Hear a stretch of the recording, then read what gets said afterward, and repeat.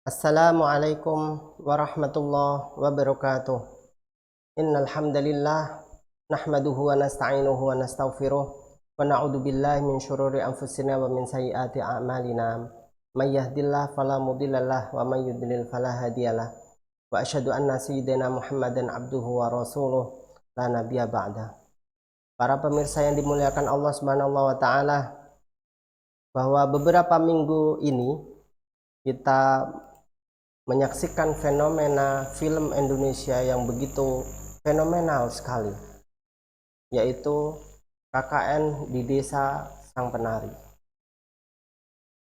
Film ini baru saja beberapa bulan yang lalu diputar di berbagai bioskop di tanah air, tapi ternyata bisa meledak hingga penonton yang didapatkan itu lebih dari 7 juta. Bahkan ini adalah rating paling fenomenal daripada film-film perfilman Indonesia sepanjang sejarah. Ini adalah fenomenal yang luar biasa. Kemudian dalam perfilman itu, di mana ada seorang mahasiswa atau kelompok KKN mahasiswa di salah satu universitas datang di suatu tempat, di mana tempat itu ternyata adalah desa yang sangat angker, yang dulunya adalah desa para penari yang sudah mati, kemudian mereka gentayangan dan menjadi roh, menjadi penari. Sekarang pertanyaannya, para pemirsa yang dimuliakan Allah, apakah memang yang ditemui oleh KKN mahasiswa tersebut adalah benar-benar roh ataukah jin ataukah setan? Kemudian apa sih perbedaan antara mereka, antara setan, jin, roh, serta iblis, serta korin? Nah, inilah yang akan menjadi pembahasan saya kali ini. Pertama yang ingin saya sampaikan adalah syaitan. Setan itu apa? Setan itu adalah dari kata Ibrani, dari kata syatona yang bermakna mukawim. Mukawim itu adalah yang menduduki. Artinya sifat-sifat yang menduduki, sifat-sifat buruk yang menduduki jiwa seseorang atau jin, atau jiwa dari jin atau jiwa dari iblis. Ini adalah mukawim atau muttahim. Dikatakan muttahim adalah yang terdakwa, muttaham yang terdakwa. Jadi dakwa menjadi salah satu sebab di mana kejahatan itu ada. Ini adalah dari kata setan. Tapi ini bukanlah makhluk. Kenapa saya katakan seperti itu? Karena ajmaul ulama mengatakan syaitan bukanlah makhluk. Kita hanya mengenal makhluk itu dari kata golongan para jin atau iblis, ya, karena iblis itu adalah nenek moyang dari jin. Kemudian daripada malaikat, kalau jin dan iblis itu sering kali membangkang perintah-perintah Allah, sementara malaikat ini pasti yang akan taat kepada Allah Subhanahu wa taala. Yang ketiga itu adalah manusia. Kemudian yang berikutnya ini adalah makhluk-makhluk Allah yang lain dari yang tidak berakal, seperti halnya kursi, batu, meja, hewan dan lain sebagainya.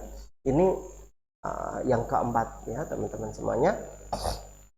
Kemudian syaitan ini dari kata tamarrud, kullu aten mutamarridin minal insi wal jin. Setiap sifat yang durhaka dari manusia ataupun golongan jin atau dari dabah atau dari hewan yang berkaki empat, kalau memang dia itu adalah orang-orang yang membangkang, yang susah untuk dinasehati, maka dia adalah setan. Oh, setan ya. Nah, ini dia. Ini perbedaan setan. Setan itu hanya sifat, bukanlah makhluk. Sehingga dari sini jamaah jangan sampai kita menyalahkan yang namanya setan. Oh, saya berzina ini kan gara-gara setan. Tidak ada. Ini tidak ada. Setan itu sifat buruk. Sehingga ketika waktu sifat buruk ini terkunci, ketika waktu bulan Ramadan Allah Subhanahu wa taala mengunci sifat buruk yang namanya setan ini, maka dia terbelenggu dia selama bulan Ramadan. Disinilah yang namanya setan akan terbelenggu, sifatnya yang terbelenggu. Tapi nafsu manusia yang berbentuk setan kadang lebih buruk daripada setannya atau sifat setan yang sesungguhnya dari kalangan jin dan yang lain sebagainya. Kenapa saya katakan bahwa setan itu bukanlah makhluk? Karena dari ayat-ayat yang ingin saya sampaikan, para pemirsa yang dimuliakan Allah, ada banyak sekali sifat setan yang lain. Ini saya sebutkan di sini, inna syaitana yastahillu at-ta'am alladzi lam yadhkur ismallah alaihi. Sesungguhnya setan itu akan masuk pada suatu makanan yang tidak disebut lafaz Allah Subhanahu wa taala. Ini sunnah kita ketika kita makan ataupun minum, kita ucapkan bismillahirrahmanirrahim, karena sesungguhnya sifat buruk pada yang di luar sana tidak akan masuk ke dalam makanan kita, sehingga tidak tercampur antara kita dengan sifat buruk dari makanan. Makanan ini menjadikan energi ini energi baikkah atau burukkah, itu tergantung bacaannya. Kalau memang dia sering berzikir kepada Allah, ya, kemudian membaca basmalah, membaca Al-Quran, maka sifat-sifat buruk manusia akan teredam, terminimalisir, dan yang terjadi adalah dia akan menampakkan sifat-sifat baik. Kemudian di dalam hadisnya yang lain, Rasul juga menyampaikan kepada kita bersama, idza dakhala ar-rajulu baitahu fadzakarallahu ta'ala inda dukhulihi wa inda ta'amihi qala syaitan la mambita lakum wala asya'a. Ketika seorang itu masuk ke rumah dan membaca dia nama Allah Subhanahu wa taala, maka setan atau sifat buruk tidak akan masuk ke dalam rumah tersebut. Nah, ini menggambarkan bahwa sifat-sifat seorang itu kadang buruk kadang baik, karena tergantung sifat-sifat yang lain yang masuk kepada dirinya. Berikutnya di dalam Al-Quran, Allah Subhanahu wa juga mengatakan asyaitanu ya'idukumul faqra wa ya'murukum bil fahsya. Sesungguhnya setan, sifat buruk itu akan mengajak kalian semuanya kepada keburukan dan mengajak kalian semuanya kepada kefakiran di akhirat nanti. Artinya apa? Sifat buruk yang terjadi pada kita, baik itu setan yang berbentuk jin ataupun sifat buruk yang dari manusia, itu mengajak keburukan dan mengajak kepada kefakiran, sehingga kita tidak mempunyai amal apapun di akhirat nanti. Yang terjadi, kita miskin di akhirat nanti, na'udzubillah. Ketika timbangan kita ditimbang, kemudian amal baik kita semakin sedikit, semakin hilang, yang ada hanyalah amal perbuatan buruk, maka orang seperti ini akan dilemparkan ke neraka jahanam. Fa amma man thaqulat mawazinuh fa huwa fi 'ishatir radiyah wa amma man khaffat mawazinuh fa ummuhu hawiyah. Kemudian di dalam ayat yang lain, wala tattabi'u khutuwatis syaiton, janganlah kalian itu mengikuti langkah-langkah setan. Setan di sini adalah perbuatan buruk dari manusiakah? Karena banyak sekali nih manusia yang bersifat buruk mengajak kita kepada keburukan, senantiasa mengajarkan kita kepada keburukan. Ayo dangdutan, ayo berzina, ayo judi, dan lain sebagainya.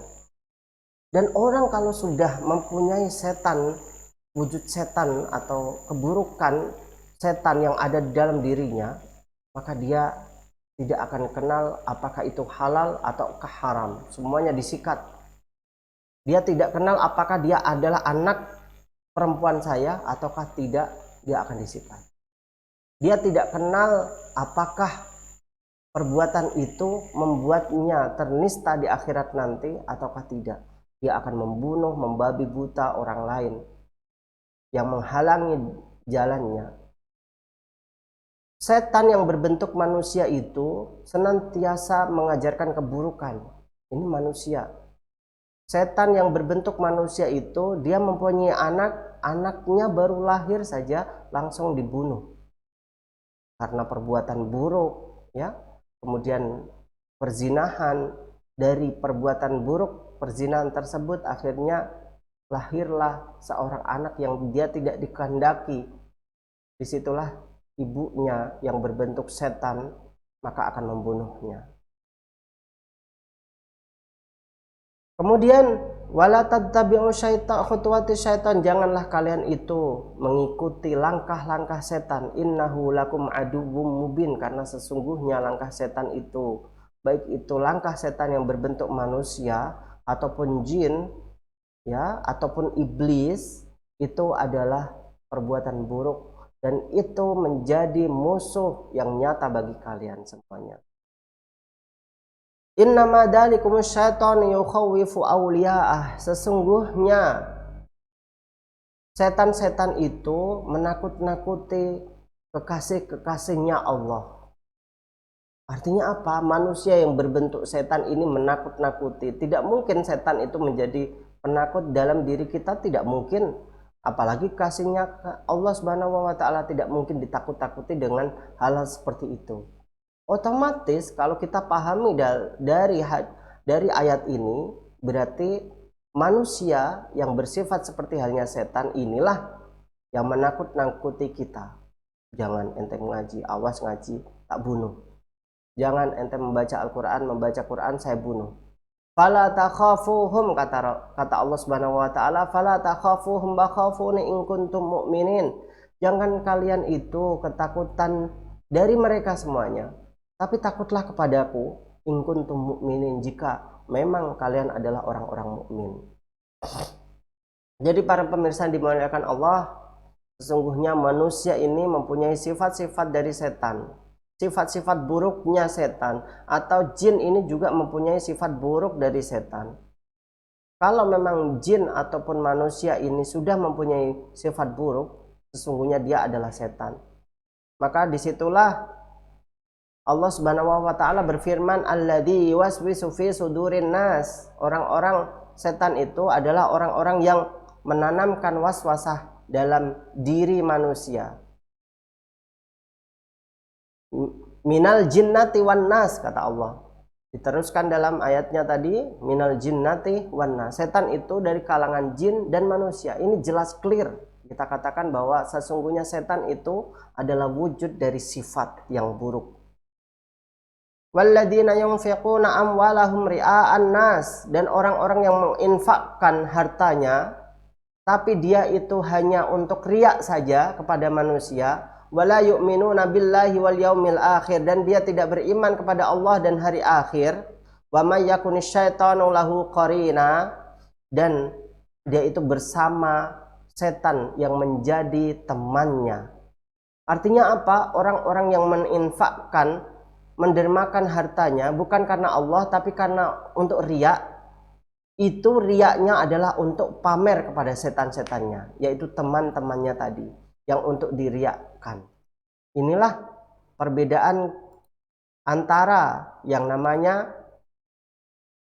setan sebagai sifat dan makhluknya Allah Subhanahu wa taala. Tidak ada yang namanya setan yang makhluk Allah Subhanahu wa taala. Dia adalah senantiasa menjadi sifat yang buruk. Kemudian kita akan membahas tentang jin. Apa itu sesungguhnya jin? Ya, jin itu dari kata janna ya junnu jinnan. Artinya adalah satarahu, yang menutupi diri. Kenapa seorang bayi di dalam kandungan ibunya dikatakan sebagai janin? Karena listitarihi fi batni ummihi, karena dia itu tertutup, terhalang-halangi di dalam perutnya ibu, makanya dia dikatakan sebagai janin, ya. Janin itu bayi yang belum lahir. Di sini banyak sekali Allah Subhanahu wa taala mengatakan tentang jin. Jin ini adalah makhluknya Allah Subhanahu wa taala yang dia diciptakan sebelum manusia. Bahkan yang namanya iblis itu adalah kakek moyangnya dari jin, iblis. Di mana mereka itu diperintahkan oleh Allah Subhanahu wa taala mengakui kelemahannya sebagai makhluk dan mengakui ketinggian derajat seorang manusia yang bernama Adam, tapi mereka tidak mau. Mereka diminta oleh Allah Subhanahu wa taala sujud kepada Adam. Sujud di sini bukanlah sujud untuk menyembah, tidak, tapi untuk menghormati. Wa idza qulna lil malaikati isjudu li adama fasajadu illa iblis. Ketika kami katakan kepada para malaikat, sujudlah kalian, mereka bersujud kecuali iblis. Karena minal jinni, sesungguhnya iblis itu adalah bapak daripada jin. Fafasaqa an amri rabbih, dan mereka adalah fasik, tidak nurut perintah Tuhannya. Dalam ayat yang lain Allah berfirman, id qulna lil malaikati isjudu li adama fasajadu illa iblis kana minal jinni fafasaqa an amri rabbi. Sama seperti yang saya sampaikan tadi, walaqad khalaqnal insana min salsalim min hama'in masnun, dan sungguh aku ciptakan manusia dari tanah. Wal janna khalaqnahu min qabli min naris samum, dan sebelumnya aku menciptakan para jin itu dari api yang tidak ada asapnya. Inilah penciptaan jin daripada manusia. Manusia tercipta dari tanah, sementara jin terbuat dari api. Mereka sombong, iblis itu sombong, maka mereka dikeluarkan dari yang namanya surga. Dan sifat buruk dari iblis itu yang namanya setan. Setan inilah yang sesungguhnya wujud dari sifat buruk dari iblis. Sehingga ada jin ya yang mewarisi sifat buruk dari orang tuanya. Mereka mempunyai komunitas, mereka mempunyai kampung. Bisa jadi kampung itu adalah kampung penari yang dilihat oleh mahasiswa-mahasiswa KKN yang ada di dalam film KKN di Desa Sang Penari. Wallahu a'lam. Mungkin bisa jadi kita suatu tempat ke suatu tempat, ternyata tempat itu adalah tempatnya para jin. Nah ini dia, kita tidak tahu karena sesungguhnya mereka itu tertutupi. Andaikan kita itu melihat, kita pasti akan sangat ketakutan sekali. Antara jin dan kita, sebenarnya mereka adalah di dalam dunia yang sama, ya. Hanya saja kita tidak bisa melihat kampung mereka. Dimensinya yang membedakan antara kita dengan mereka. Mereka bisa melihat kita, tapi kita tidak bisa melihat mereka. Yang melihat hanyalah para nabi-nabi Allah Subhanahu wa taala. Suatu ketika Rasul Shallallahu alaihi wasallam sebelum menerima atau turunnya surat Al-Jin, tiba-tiba Rasul Shallallahu alaihi wasallam menghilang dari depan para sahabat-sahabat tercintanya. Dicari kemana-mana, tidak ada Rasul Shallallahu alaihi wasallam. Baru muncul beberapa jam kemudian, beliau mengatakan, aku diperlihatkan oleh Allah Subhanahu wa taala kampung jin.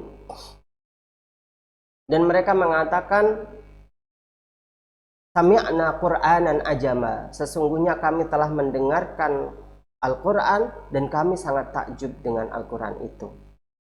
Ini dalam surat Al-Jin. Di dalam ayat yang lain, ya, jin itu mukallaf. Mereka sama seperti kita, seperti halnya manusia, di mana penciptaan jin dan manusia itu sama. Wa ma khalaqtul jinna wal insa illa liya'budun. Tidaklah aku menciptakan manusia dan jin kecuali untuk beribadah kepadaku atau menghamba kepadaku. Berarti antara kita dengan jin itu sama sebenarnya. Kita harus wajib beribadah kepada Allah, mereka pun sama. Artinya mereka, kewajiban kita sholat, zakat, puasa, haji, mereka juga harusnya melaksanakan. Tapi sebagian besar dari mereka adalah orang-orang pembangkang. Meskipun sebagian mereka juga ada yang baik, ada yang sholat, ada yang menjadi seorang pendai, ada yang haji sampai ke Baitillah. Dikatakan di dalam surat Al-Jin, wa anna minnal muslimuna wa minnal qasitun fa'ammal qasituna fakanu li jahannama hataba. Sebagian dari kami adalah orang-orang yang muslim, tapi sebagian dari kami adalah orang-orang pembangkang atas perintah Allah Subhanahu wa taala, dan orang-orang pembangkang itulah yang akan menjadi hataba, kayu bakarnya neraka jahanam nanti. Nauzubillah min dzalik. Wa allawis taqamu ala tariqati la asqainahum ma'an ghadaqa. Dan sungguh jika mereka itu istiqomah dalam meniti jalan-jalan Islam, para jin itu dia perintah ditaati, larangan Allah Subhanahu wa taala ditinggal, maka aku akan memberikan, menuangkan air yang begitu sejuk kepada mereka di surga nanti. Masya Allah, amin.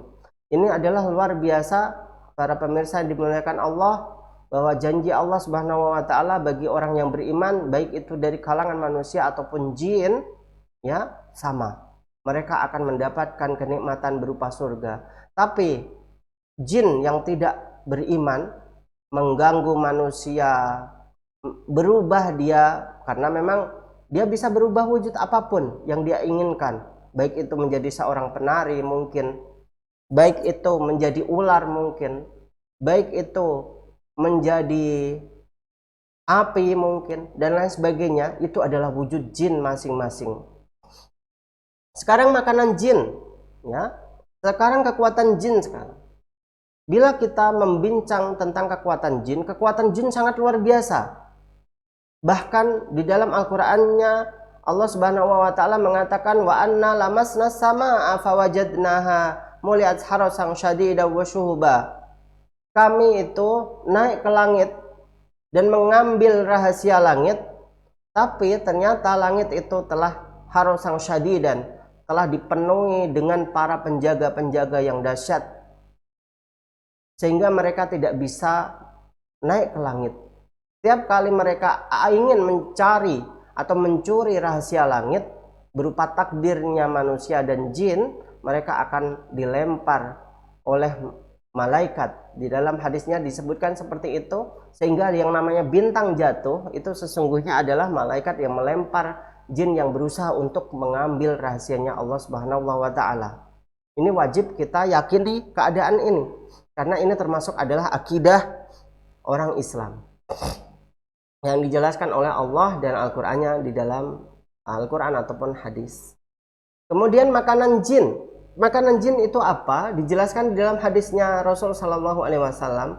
Sang penari, apakah di dalam film Sang Penari, apakah itu roh? Tidak. Sekali lagi, itu adalah jin. Mereka adalah satu kampung di mana mereka bisa berubah menjadi seorang penari, menakut-nakutin manusia. Kemudian makanannya, apakah makanan seperti biasa? Tidak. Lakum kullu admin dakarasmullah alaihi yaqa'u fi aidikum aw farama yakunu lahman wa kullu ba'ratin allafa lidawabikum.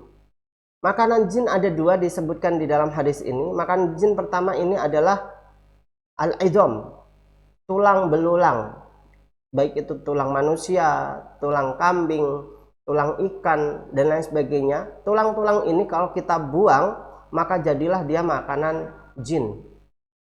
Yang kedua adalah kotoran-kotoran hewan yang berkaki 4, dawab, ya, kullu ba'rati alfi lidawabikum. Kotoran dari hewan berkaki 4 itu menjadi makanan yang lezat bagi para jin. Ini berbeda kita dengan jin, ya, karena seperti itulah makanannya. Ini harus berhati-hati juga kalau kita mempunyai kotoran, harus dibuang jauh-jauh, jangan sampai di dekat rumah kita, karena itu adalah makanan para jin, dan jin suka tempat-tempat yang kotor seperti itu. Rumahnya sekarang, inna hadhil khusus mukhtasaron fa idza ata ahadukum al khala'a falyaqul Allahumma inni a'udzubika minal khubuthi wal khaba'is.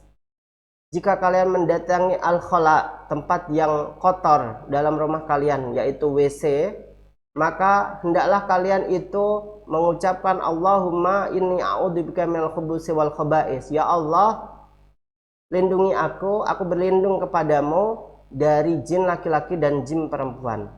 Kalau mengambil hadis ini berarti kita disunahkan pertama, jika memang kita masuk pada hal-hal yang kotor, sebaiknya kita berlindung dari para jin, karena bisa jadi mereka tinggal di situ dan kita akan diganggunya. Kemudian yang kedua, poin yang kedua dari hadis ini adalah para jin itu ada yang laki-laki dan ada yang perempuan. Kemudian wujud dari jin, kata Rasul SAW, banyak sekali. Dari Abi Ta'labah Al-Khushni radhiyallahu an, Rasul pernah mengatakan salah satu asnafen sinfan lahum ajnihatun yatiruna fil hawa. Ada 3 golongan jin. Yang jenis pertama adalah yang memiliki sayap, dia terbang, bisa terbang ke udara. Yang kedua, sinfan hayatun, jenis yang kedua adalah menyerupai ular, anjing dan anjing ya. Dan yang ketiga adalah yang tinggal yang bisa berpindah-pindah. Ini berarti kalau kita bisa kumpulkan dari hadis ini, sesungguhnya jin itu ada bermacam-macam ragam. Tapi bukan berarti setiap anjing yang hitam itu merupakan jin. Ular, setiap ular itu pasti adalah jin. Tidak semua ular. Ya, tiba-tiba kita datang ke kebun binatang nembakin ular karena di situ dikatakan adalah jin. Tidak semua ular, sebagian saja. Bisa jadi dia adalah ular, bisa jadi tidak. Terus bagaimanakah kalau ular? Kalau jin yang berupa ular, dia pasti hanya menakut-nakutin saja, tidaklah menggigit atau memangsa kita, memakan kita pun tidak. Sehingga kalau ada jin yang memangsa kita, tidak mungkin itu adalah jin, itu manusia. Membunuh kita itu pasti manusia, tidak mungkin jin akan melakukan seperti itu. Nyalahi iya, tapi kalau membunuh tidak. Kemudian yang ingin saya sampaikan lagi, al-qarin sekarang. Apa itu qarin? Jin qarin adalah fal murad minha kullu ruhin sahibah al-insan waqt tarana bihi, yaitu ruh yang senantiasa menyertai manusia sampai dia meninggal. Ini dijelaskan di dalam hadisnya Rasul sallallahu alaihi wasallam, al-qarin itu pasti akan ada pada kita. Ma min ahadin illa wakkala bihi qarinuhu. Tidaklah setiap orang kecuali dia itu pasti akan ditemani qarinnya. Nah, ini dia. Musahibuhu minal malaikah wasyaiton wa kullu insan. Dia akan senantiasa menyertainya dari malaikat, para setan, yaitu sifat-sifat buruk tadi, dan setiap manusia yang lain. Fa inna ma'ahu qarinun ma'ahu minhuma. Ini baik itu kebaikan ataupun keburukan. Kadang kita ingin melakukan sesuatu yang baik. Kenapa? Karena ada bisikan dari para malaikat. Tapi kadang kita juga ingin melakukan hal-hal yang buruk. Kenapa? Karena ada bisikan para setan atau sifat-sifat setan yang berbisik kepada kita. Nah, ini yang ingin saya sampaikan pada sore hari ini. Semoga bermanfaat untuk kita semuanya. Wassalamualaikum warahmatullahi wabarakatuh.